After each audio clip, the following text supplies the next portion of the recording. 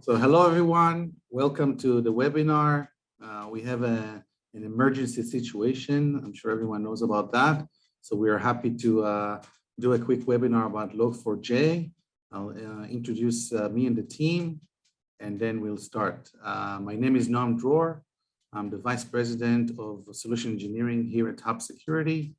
I've been in the field of cybersecurity for many, many years, working with large enterprises across the world, helping them find solutions for their security needs.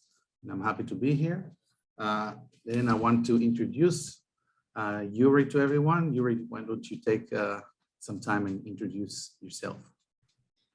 Thanks, Noam. Hi all. I'm Joeri Barbier. I'm the global CISO of Getronics. So yeah, of course, I think last week and still today is an interesting time, let's say.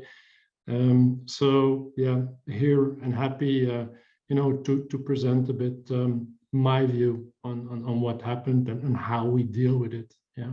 So looking forward to the session. Thank you, Noam.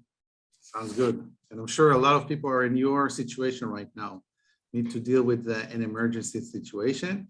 Another person who had to deal with a personal emergency situation was Sergei, the CTO of Comsec. He will not be able to join us, but I'm going to run through his presentation, and we got our expert Reuven on here on the call.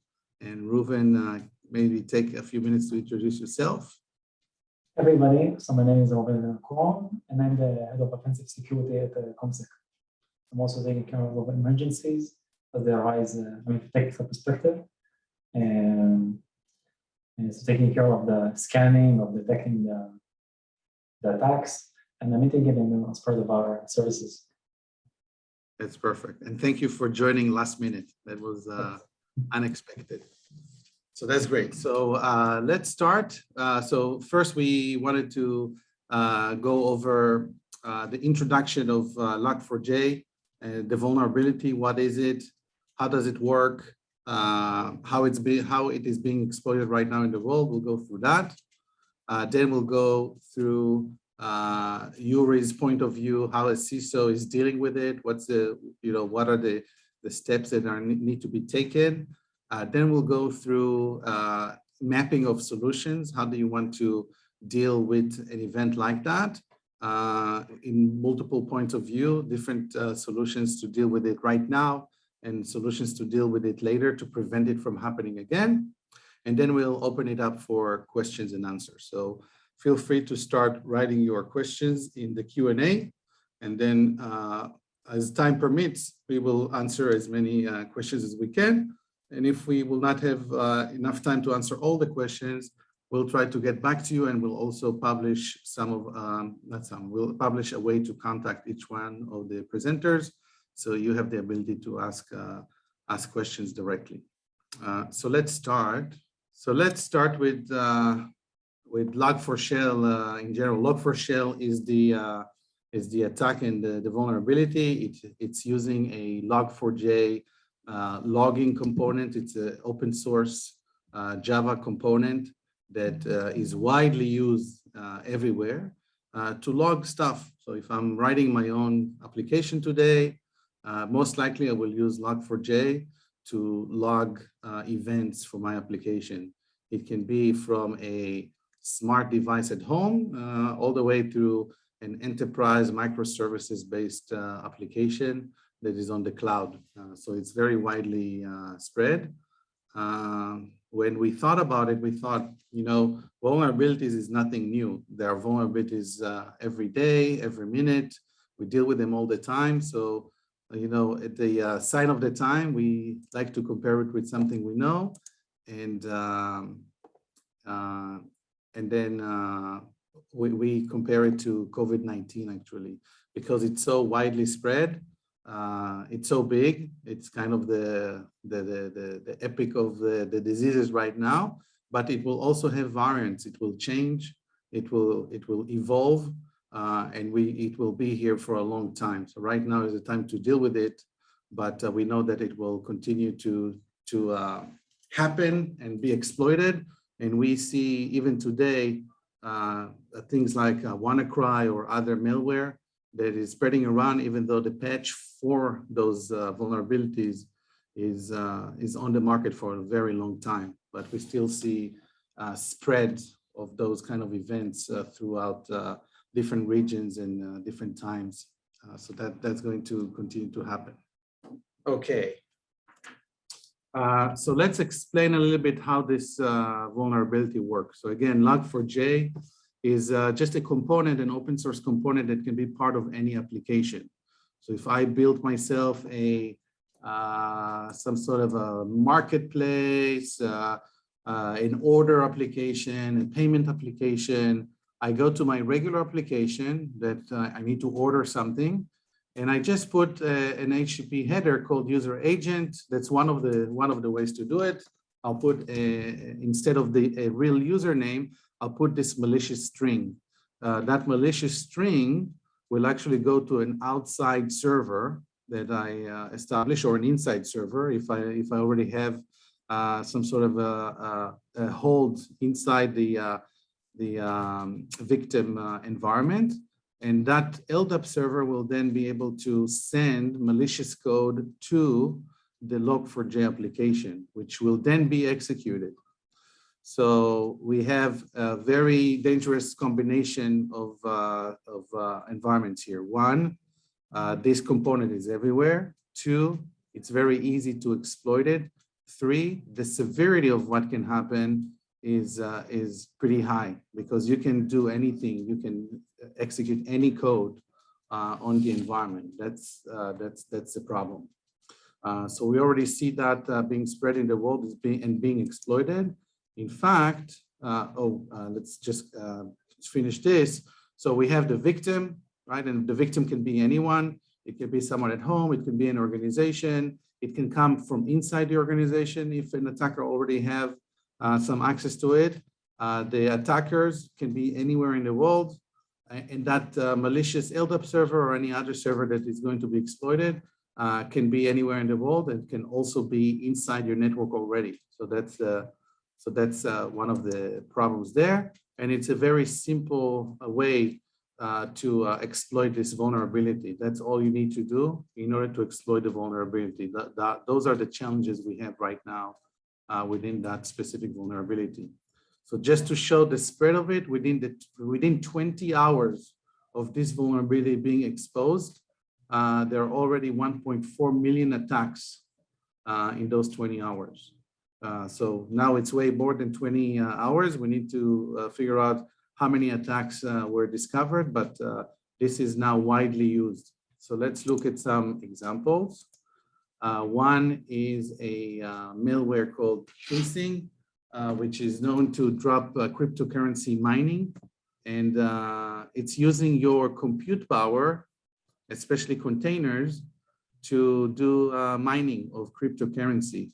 So they're using our computing environment to mine for cryptocurrency for their benefit. That's already using that. Very easy for the attackers to do it. That's what's being discovered, and pretty easy to get that option to work. Similarly, the Mirai botnet, which is used for a DDoS as a service. So in the cyber criminal world, you can buy an attack. And Mirai is a network of botnets who can attack whoever you want. So if I want to attack someone, I'll go to Mirai, I'll say, hey, I need you to attack this specific IP or this specific service, and it will operate its sleeper agents. So you can be the sleeper agent of the Mirai botnet network, and that would now exploit the vulnerability of Log4j to use your network, your resources to attack others. So they're just putting a zombie inside your network. You're not aware of it. It doesn't do anything until they command this zombie to start working. That's the danger here. So we're already seeing in the world some bad exploits, and that's why this needs to be treated immediately. Those are only two examples, but they're already verified malware that already added Log4j vulnerability into their armory. So each one of those Trojan horses, malware, already using Log4j as a way to get into the network and install the malware inside our systems. And this is just not an up-to-date picture. This is a picture, I think, from a few days ago. I'm sure by now there are more malwares that can use Log4j as a way into an organization. Malware is one thing, but we also see nation states and cybercriminal organizations are using this vulnerability. So with China, Hafnium is a organization sponsored by a nation state, and it's deploying ransomware and already using the vulnerability to do that. There is an organization called Sophos, who's backed by Iran. Is already using a virtualization infrastructure to extend their typical targeting using the Log4j vulnerability. We also read some blogs from Microsoft talking about North Korea and Turkey backed groups that are leveraging this specific vulnerability. I can share more of the blogs that we read on who's using that, but that's concerning as well. That means that a lot of money is getting into exploiting this vulnerability. And if your organization is sensitive to a nation state attack, then that's another way for them to get into the environment. Not only nations, but also cyber criminal groups are using that. So the Wizard Spider group, they have ransomware as a service. So if you want to ransom someone with ransomware, you can go to the Wizard Spider. They provide a service called Conti.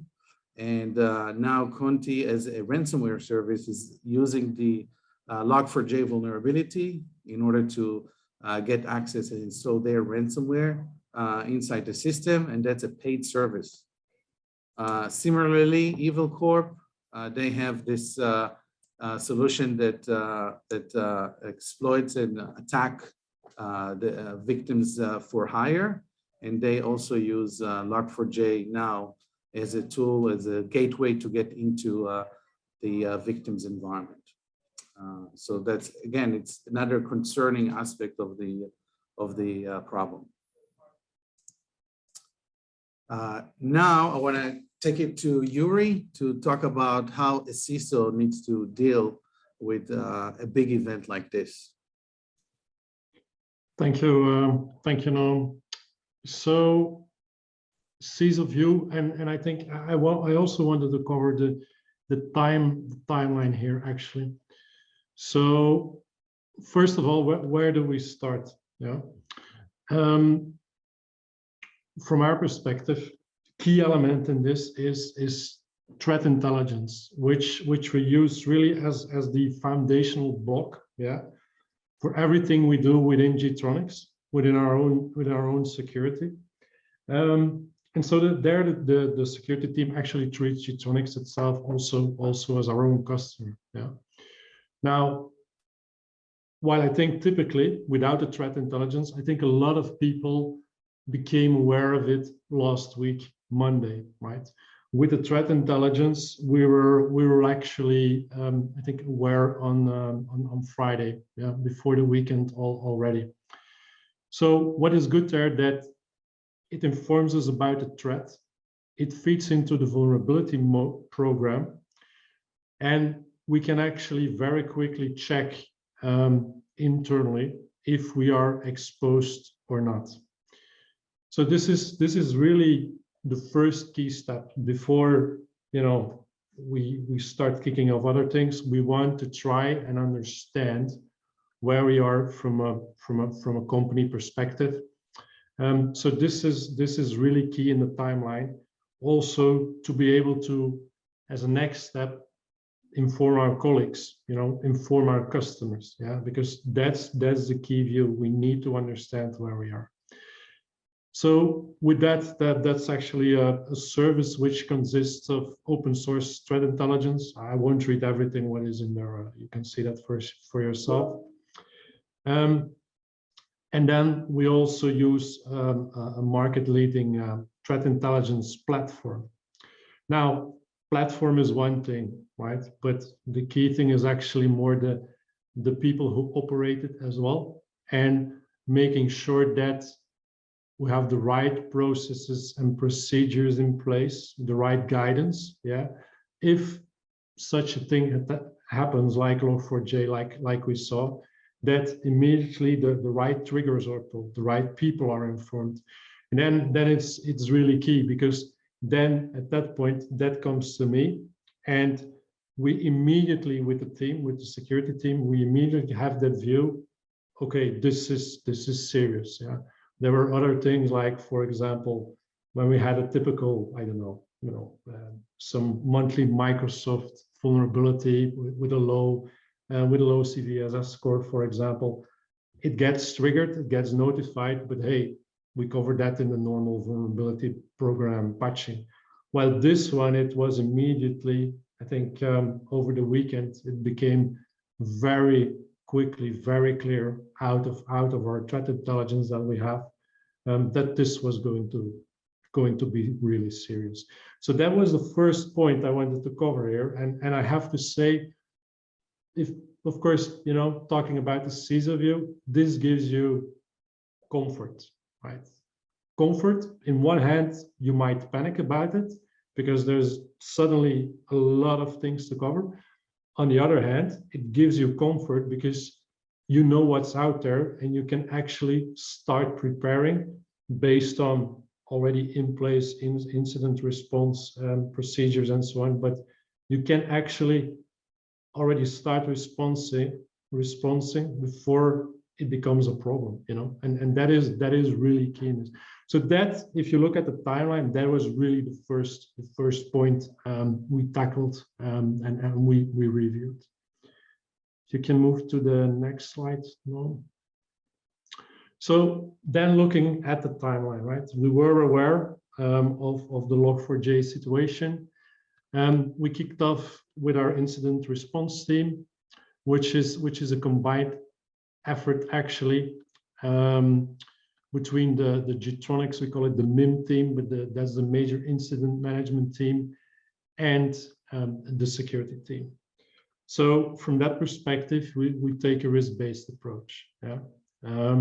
So that is based on an existing vulnerability management program. So there, if you have that as a CISO or an IT manager, if you have that program in place, you can quickly add, let's say, the Log4j vulnerability to your existing vulnerability management program, to your existing scanning devices and so on. So that's the approach we took. Now, up to now, that was all, reviewing what was going on, making sure that we got the incident response kicked off. But the next step is, of course, getting all operational people together. Also making sure that we get the right notifications out to our customers. And in that first instance, you can expect a lot of questions, right? How bad is it? Yeah. And I call it always, there's always some form of initial confusion. Yeah. I think you mentioned, right? This is a pandemic, so it will probably, these vulnerabilities will go in flows, right? Will go in waves. So in some cases, yeah, people might think, like probably most of us thought with the real COVID, yeah, it wouldn't be that bad. It would be a normal flu and so on. Now, it was pretty clear this was like, if you compare it, not the normal flu. Yeah? So that's what, I think is also a key thing as a CISO or security manager or an IT director. You need to be able to take away this is serious. Yeah, this is something you need the attention of. The next step is analyzing and reviewing where you are actually affected. Yeah. Get an understanding about your environment. Then, if you know that, create the best solution and fix for your organization, and also keep assessing the risk. Yeah. Work from outside in. So first looking at the public facing solutions and services, and then actually move to your internal solutions and services. As well, keep a good eye on systems that contain sensitive information. Might be things around access control, might be things around maybe some HR database, yeah, those kind of things. So, but that's really key to also have that visibility. Next step is basically, and I think planning and doing comes in at this point really at the same stage, is a big patching effort where patches were already available. Where patches weren't available, actually making sure you have a workaround or mitigation in place in the most short time possible. Yeah, because we couldn't wait, of course, for a week. Yeah, so that is really all hands on, full focus, full attention. And then, as Getronics, for ourselves internally, we have, of course, the luxury. We have our own SOC. Yeah. So we have our own security monitoring in place, of course, against our environments. So which can give us a very quick overview of, for example, the scanning which is ongoing, or if there are possible attacks ongoing. So that was all. I think this is all more operational stuff, right? 1, 2, 3. Then we get to 4, which is informing your board. Yeah, getting your senior leadership up to speed, sorry, and also keeping them up to date with the daily progress. And I would state here that in that regard, I'm lucky myself that I have quite very good board support, exco support. So for me that is quite easy. Now, I would like to remind people who are responsible or have a certain responsibility in this, like towards security. You need to have the senior leadership buy-in. I think if you don't have that in this case, and probably also what's in front of what is in front of us, you have a problem. You really have a problem, I think, because you need that backing, you need that buy-in. You need that support to actually be able to make that progress with everybody, making sure that everything runs. So that is a bit in a nutshell, I think, what as a security manager, IT director, you need to look at. And also, this is in a nutshell, actually, with our 4 main steps, let's say. But this is not in a nutshell what we covered on around in a very short time frame. I think at the time from Sunday to I think around Monday noon, mid-afternoon, this was all done. Yeah, so it's important to keep that speed going. With that, Noam, the last point here was very important, Joeri, right? As a certified CISO, I can definitely say that one of the most important roles of a CISO is to communicate the technical risk to business leadership. And that means you cannot tell them, oh, we have a vulnerability, we need to start patching. They won't understand that.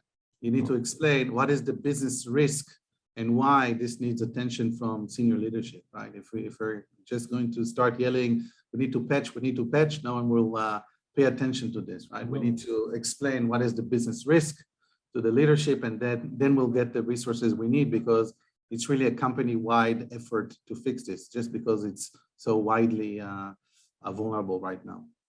Absolutely agree.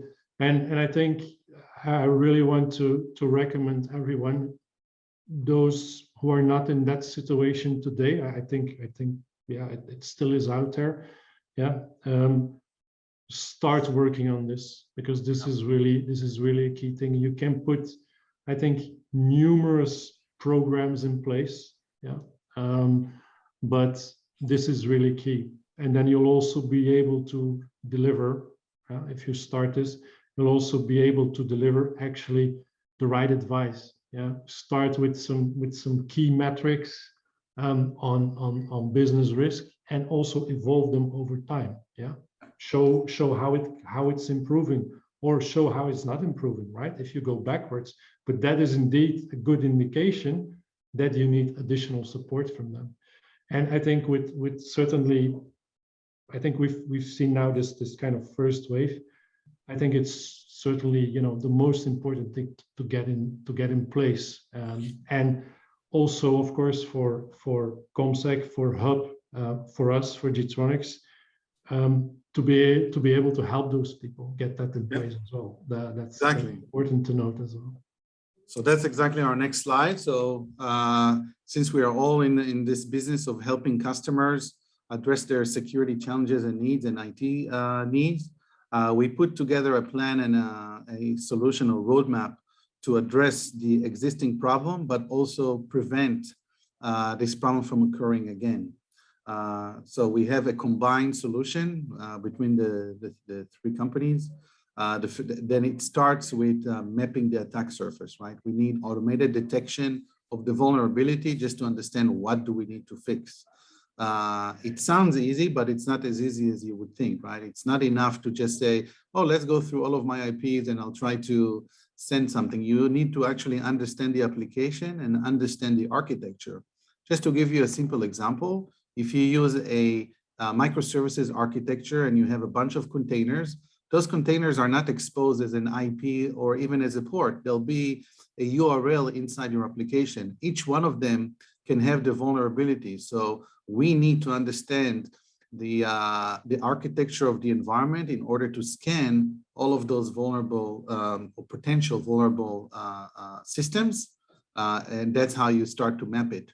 The other problem there is that you have different controls in place. So if you start from one way, especially if you have complex networks, you have multiple sites, you can start from the outside, and that's where you should start because that's most of the attackers, they're outside. But I can assure you, you already have attackers inside. So the scanning should be done from the inside, but also from the outside, but also from the inside. Because if an attacker already have a spot somewhere in an HVAC system, in a system that is not important system, but they're already inside your perimeter, then they have the access to internal systems as well. So you need to map the attack surface. So you'll find a lot of systems that you need to fix, right? We're talking about thousands, hundreds of thousands, millions. It depends on the organization side, but you'll find a lot of systems that needs to be fixed. You need to prioritize that. You need to understand what to fix first. You need to understand what's more vulnerable. So for this one, we have advisory services that even includes a virtual CISO and includes different services that we can help. The next phase is to actually fix it. There's not much that we can do about it. Every organization needs to patch the system, but patching is not enough. I'll give you an example. Let's say you have maybe the not most experienced development team, or maybe they're experienced, but they thought it would be a good idea to take a bunch of open source code and embed it in their own code. So instead of using the full library of Log4j, they took a portion of that and they put that code inside the application that they developed. That means you cannot patch it. You actually need to find a vulnerable code and fix that code within your own application. So you need to have a code review as well as an infrastructure assessment just to understand how do I need to fix stuff that is not just within the vulnerable library itself. So that's the next phase, fixing. But then I need to know, was I hacked? So until I fixed everything, did someone exploit the vulnerability and attacked me? What kind of data they took? So we need to go threat hunting. We have that service. We can threat hunt and tell you, we think that you got hit here. This is the impact of that breach. So you can prepare to respond to that breach. Of course, there are some, in some cases, legal obligations that you need to understand that you got breached and how you not notify your customers. And in some regions, you need to do it within a specific time frame. So that's important that if you are vulnerable and this vulnerability is so much exploited, you should look that if you got breached, and if you did get breached, you need to, one, fix it, but two, start a notification process and other legal obligations as well. But I think the most important part, I don't know if it's the most important part, at the same time, I call it clean up the mess. So everything you see so far, we have a mess, we need to clean it up. But you also need to find a way to not start with that mess from the beginning. So how do I protect my sensitive applications, my sensitive assets, my sensitive servers with something that would prevent the attack of those vulnerabilities? Because we will always have vulnerabilities. We will have vulnerabilities today, we will have vulnerabilities in the future, we'll always have vulnerabilities. But if there's a way to prevent those vulnerabilities from being exploited, we need to deploy it right now after we clean up. Of course, we have to clean up first, but then we need to start preparing for the future. So next time the mess will not be that large, or at least the mess will be in places that are less important, and the most important part would not have that mess. Throughout this process, so while I'm mapping, I need to have my SOC know how to respond to it, because the SOC needs to see, I have now plenty of exploits. What do I deal with right now? Then I need, when I do the prioritization, I need to update my SOC operations, especially after I fix. I need to tell my SOC, hey, this is how you're going to respond, because those are the list of servers that are not vulnerable for it anymore. So now you need to deal with the servers that are vulnerable to the exploit. And of course, when you do the hunting, you need to start using your SOC to understand how did you get hit, what kind of data leaked out, what users were used during that time frame, what ports were used, what IPs were used, and you need to have a complete incident response procedure for that. And of course, when you have that protection, you want to make sure that your SOC is involved to see what kind of attacks are being invoked on my system. Actually, the prevention part, and I'll go to that soon, the prevention part helps your SOC understand what attacks do I have without those attacks being exploited. So you'll see the attacks, those attacks will fail, but now you have information that tells you what you need to do in the environment that you're not protecting, because you cannot protect everything at the same level. You're going to protect your crown jewels in a very heavy safe, and you're going to protect your, regular papers in a regular cabinet. So if you look at what kind of attacks are being done on your safe, which will not work, now you know what kind of attacks are being done on your less sensitive information. This is all needs to be in coordination with your SOC system. Reuven, you want to say anything about one of those services? Something we can expand on here? No, actually, there were some questions in the QA, so I think I will just wait for that. Yeah. Okay. Yeah. Sounds good. So the next one is talking about the SOC service. So Joeri, a few words about that. Yeah. So why, and certainly in this case, why is that so important? Yeah. We strongly believe, and as we see internally as well, we now have our own SOC. I think already a bit more than 4 years. We use it internally and for our customers. It's become the cornerstone of our organization, and I think it should be the cornerstone of any organization, because without it, you're actually blind. Yeah. So you don't know what's going on from a security perspective. You just don't have the visibility, which doesn't give you any chance, right, to protect from the attacks which are happening today. No chance.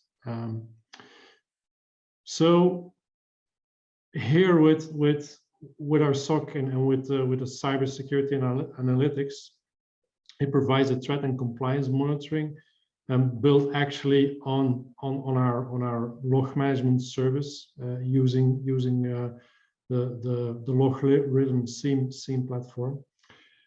And also at the same point, as I mentioned in the beginning, there is the integration in that threat intelligence platform. So you can actually quickly cross-check against any known IOCs. Yeah. It provides really the awareness of any security events across the whole IT estate. And I think it helps us, and it would help anyone really in any situation like this, or in a case of attacks which are ongoing. We have threat monitoring based on the Mirai attack framework. So using a playbook management lifecycle process to basically detect attacker techniques.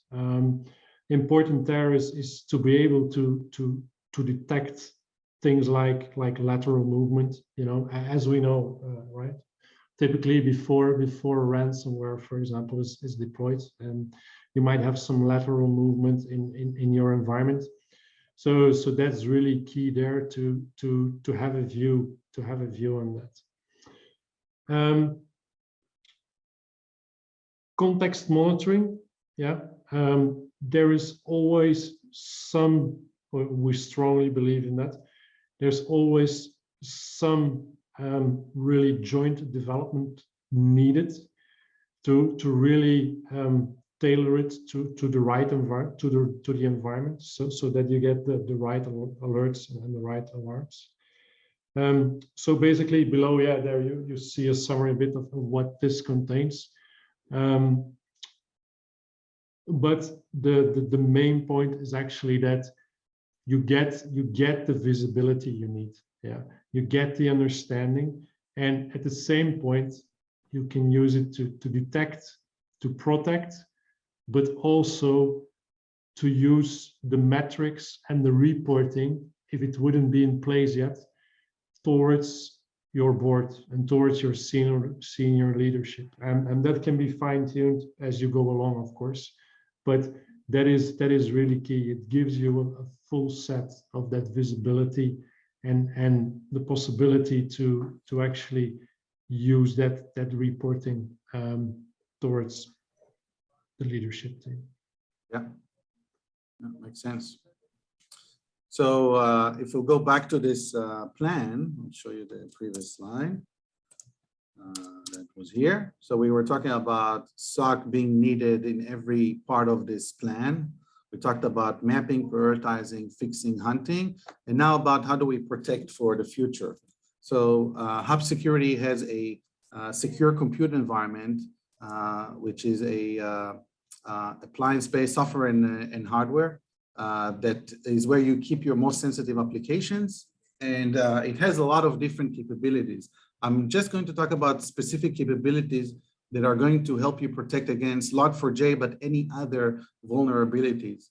I think the idea of it is, other than, I would take one example as zero trust. So zero trust talks about how can you take all of your security configuration and micro parameterize them into the smallest, as Nis call it, the smallest inclusive trust zone you can have. So think about each server having its own trust zone and doesn't trust anything that is not familiar to it. So let's take an example. When an attacker trying to get this, the initial HTTP request, REST API, to get into the server, we can inspect the fields, we can inspect the strings. Even before the string inspection, we can prevent the exposure of the APIs to the outside world. On top of that, we can add authorization key and signature. So we can say only authorized signatures, only authorized tokens are able to get into this application, this server. So that means the attacker would need to find a way to send a valid request. So that's one way to slow them down. So that's the first one. The second phase is when let's say it did go somehow. Someone stole my token and they were able to sign a message, and that message now is on its way to to the server. So now the server goes to the LDAP server. The external LDAP server is one of the examples. That would also be denied because that external LDAP server is not something we expect. So we would have a list of IP addresses and ports that are able to work through that server, and we automatically will block any external channels that are the wrong protocols, the wrong IP, the wrong ports. So that would be blocked. Let's say that by mistake, this port and IP is open. We can also make sure that when it goes back, we will block any unauthorized executable, which is the malicious code that is running, that is getting back into the server. And we can define policies to mitigate that. We can even say, you know what, if you're the administrator of the server, you might be able to put an executable inside, but there's no way you will be able to do anything with it unless there is an additional approver in order to do that. So we can get governance inside the solution as well. So I just told you about, I think, 4 or 5 different functionalities of the solution. One is signature and token verification. 2 is authorization of APIs. 3 is access control for APIs. And 4 is governance of access. Who can approve what? Who needs to approve what before it actually happens? And the 6th one is actually a network control, right? What kind of IPs and ports can happen here? Just those features on top of other features we have in our solution can help you mitigate any vulnerability that your applications might have. And that's why we think of it as, you know, the most sensitive stuff needs to work on the most secure environment, and we provide that environment for our customers. So that's the explanation about the protect stuff. Of course, you need to clean up the mess first. If you already have a vulnerable application, it already executed some malicious code, that's not the right time to put that code in a secure environment. You need to clean up first, and then you prevent the next attack from happening. So I think that's in terms of the content we had. Let's go to Q&A. I can stop sharing now. And I'll go through some of the questions. Maybe the first question, Reuven, I'll have you answer. And the question is, can you give some more examples on how the Log4j vulnerability can be exploited?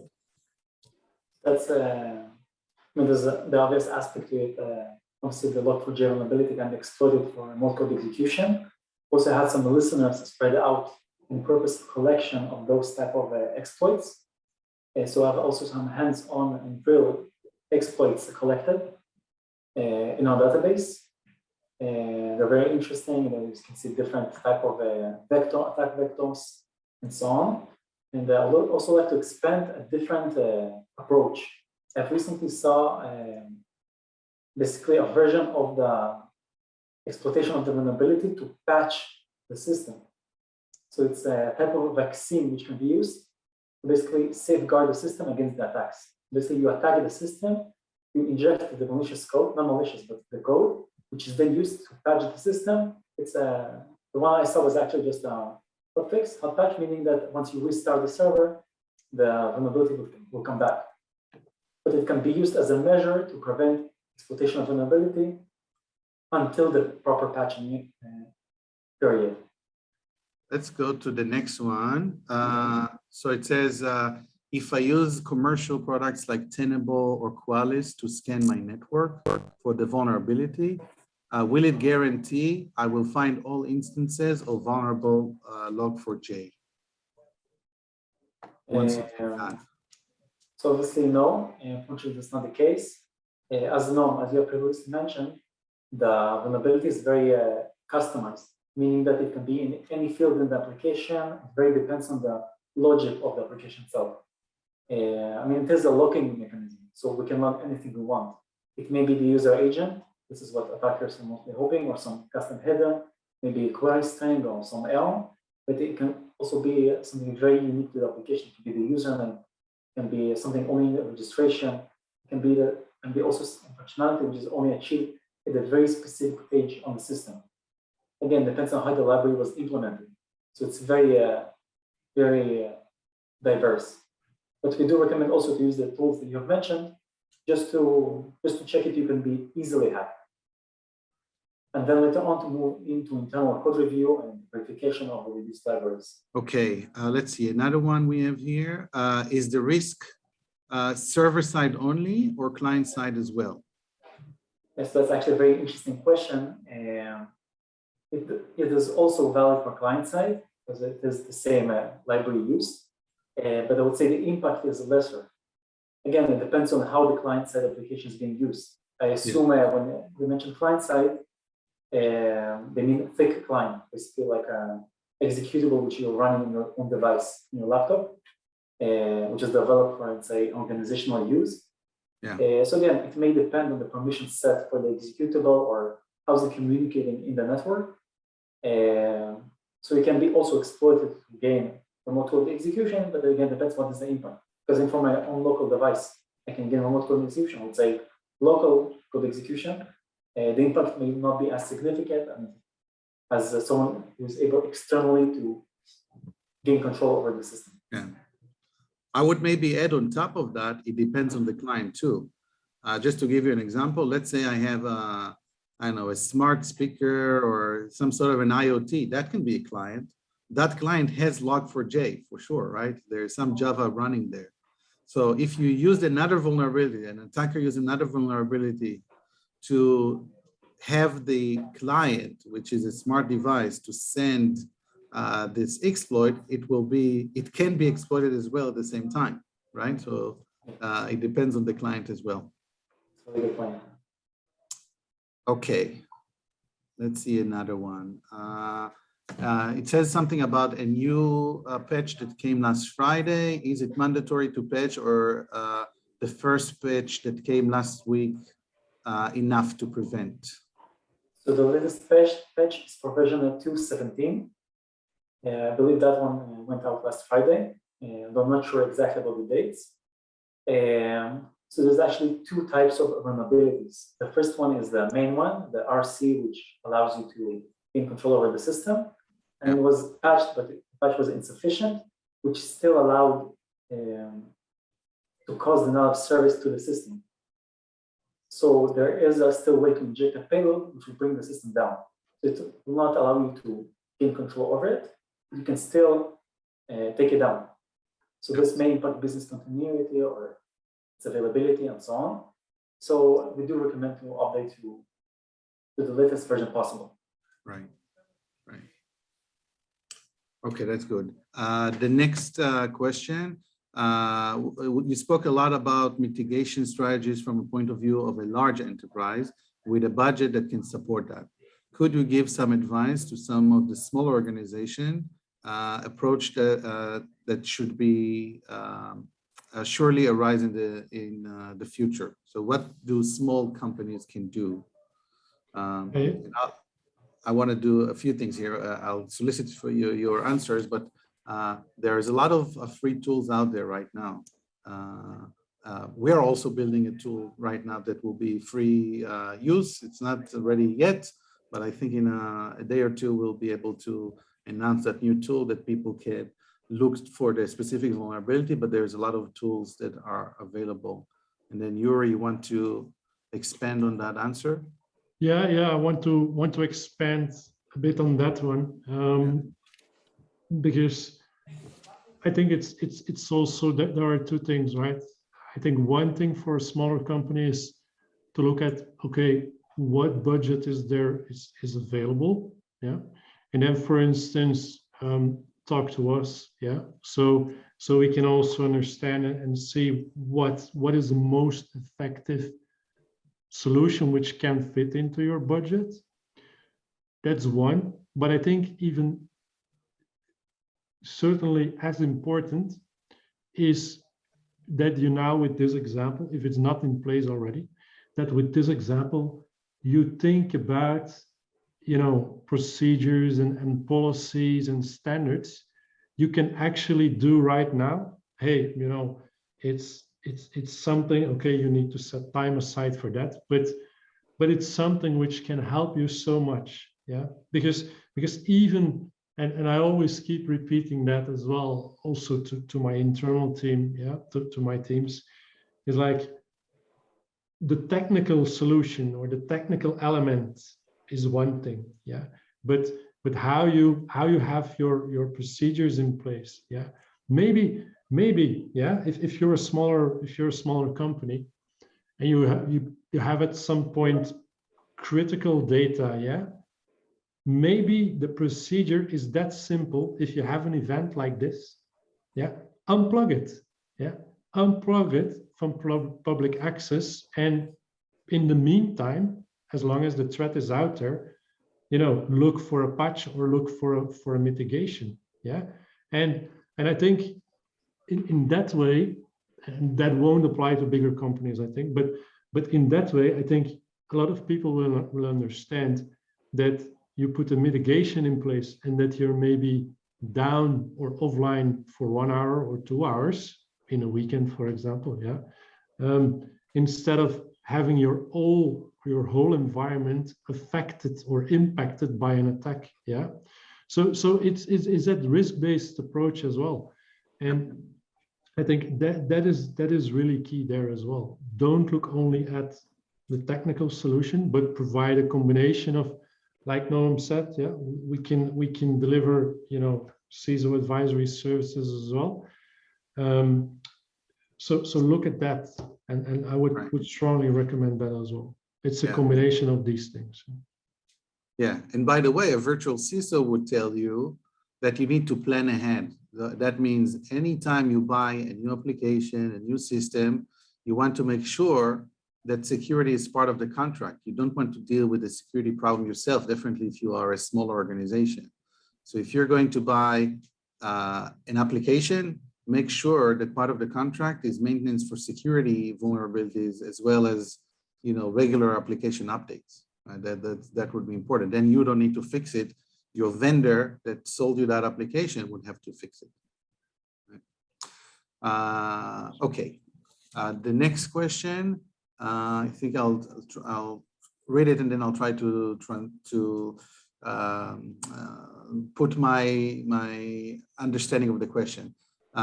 Does there exist sufficient reputation data on how Log4j is an organization if an organization has a defined perimeter to mitigate all exploit attempts?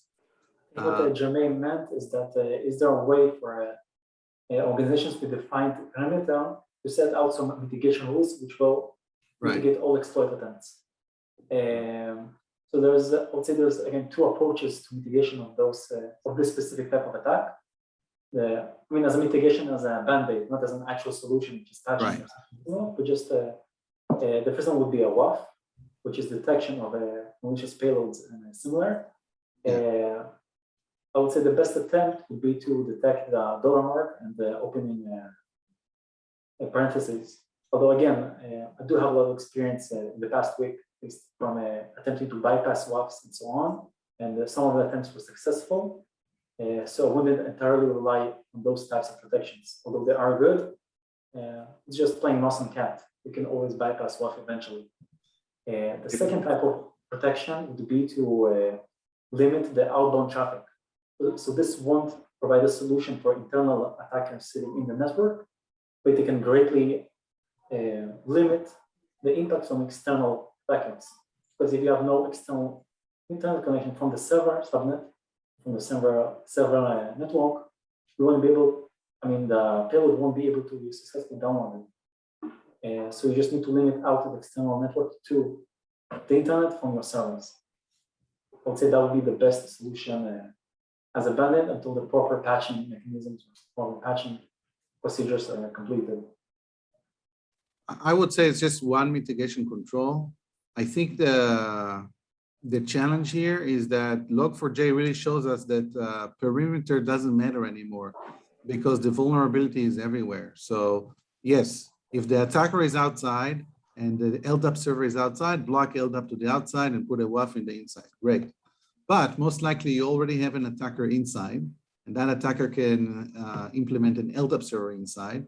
So your perimeter security would not help. That's one problem. The second problem is your WAF. If you put a WAF, your WAF needs to be aware of what it's protecting.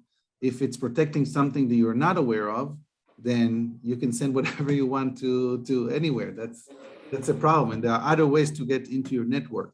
So I think, this new challenge really shows us that the perimeter is not a good enough solution. It can be exploited in so many ways that it's a little Band-Aid. Definitely, you want to put as many Band-Aids as you can, but you won't stop the bleed with that Band-Aid. That's, I think, from my standpoint. I think as well, Noam, we've saw a lot of over the last years always talking about defense in depth and how do you do that at all layers. If you look at just that brief sentence, right? Defense in depth, or those words, yeah, this is in practice what it means. Yeah, what do you need to do? Perimeter protection, yes, it will help. Yeah, like everything will help, but it's that combination of things. And I also strongly believe, of course, now with so many remote workers, with COVID, with the pandemic, yeah, does your perimeter still exist? Yeah, I think in a lot of cases that has disappeared. Yeah, so yes, you can do things there, and you need to do the things there, but again, defense in depth. Look at the different layers and try to cover all layers as good as possible. Yeah. I think last question, since we're getting to the top of the hour. What is a common way procedure for InfoSec professionals, security analysts, to mitigate the zero-day exploits like Log4j? And I'll just say, Log4j is not a zero-day exploit because it has a patch. Zero-day exploits are vulnerabilities that still do not have a fix. They do not have a patch. So Log4j doesn't fall into that category. So Log4j is, I would call, maybe a one-day vulnerability. So we already have a patch. The patch just came recently. So that's the challenge here. But definitely there are other vulnerabilities that would be zero-day, which means there are no patch. There is no patch, and there are other mechanisms to mitigate those controls. So maybe, Joeri, you want to start with that? Maybe address both zero-day attacks, but also one-day attacks. Yeah, on the zero-day ones, in light of time, I will phrase it quite simply. Look at mitigating controls. Yeah, you might use Log4j as an example, but be aware, right? When we had, I think earlier this year, the Exchange vulnerability and the Exchange zero-day, yeah, you need to analyze what are the mitigating factors. Yeah, and from that point on, you can move forward. There is always a way to mitigate it. Yeah, in some cases it's just I think changing some parameters in a registry or in the code. Yeah, and that's pretty okay. In other cases, it might be more difficult. Yeah, but that is always the case, and that's the approach that we always take. Is certainly with 0 days, look at mitigation. Yeah, and that's where it starts. And I think certainly in case of 0 day, vendors are typically very quickly with patching. Yeah, normally there are exceptions as well, of course, but they're pretty quick. So I would say look at mitigation and then patch as soon as possible when the patch comes available. Makes sense. Reuven, anything to add on that? No, I completely agree with you, Joeri. Again, just for adding more defense in depth, and the general strategies can definitely help in the protection against 0 days and 1 days, but it's called 0 day because there's much you can do about it. Right. There's no fix yet, no official fix yet. We need to mitigate the risk. Yeah. Exactly. Okay, that sounds good. So I think we are out of time. So one, I want to thank Joeri and Reuven for joining this webinar. I think it was a great discussion, and I'm sure everyone needs to go back to deal with their Log4j plan. So thank you very much for joining.